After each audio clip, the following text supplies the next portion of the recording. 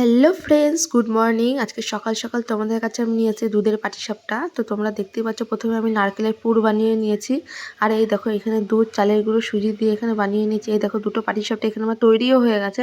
ঠিক আছে বন্ধুরা, চলো কীভাবে বানাচ্ছি এখন পুরোটাই তোমাদের দেখিয়ে দেবো। এই যে তোমরা দেখতে পাচ্ছ, এদিকে রয়েছে নারকেলের পুর, আর এদিকে রয়েছে দুধ দিয়ে, চালের গুঁড়ো, সুজি দিয়ে ব্যাটার রয়েছে বানানো।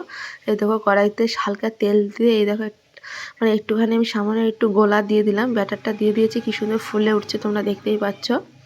এই দেখো তার মাঝখানে আমি নারকেলের পুরটা দিয়ে দিচ্ছি। তারপর এই দেখো যে আমি তুলছি, কি সুন্দর উঠে যাচ্ছে।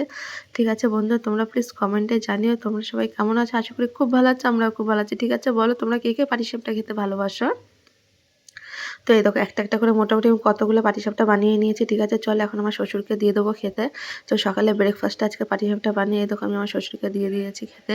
শ্বশুর খাচ্ছে, আর শ্বশুর খাওয়ার সময় আমাকে বলছিলো যে খুব ভালো হয়েছে, খেতে দারুণ হয়েছে।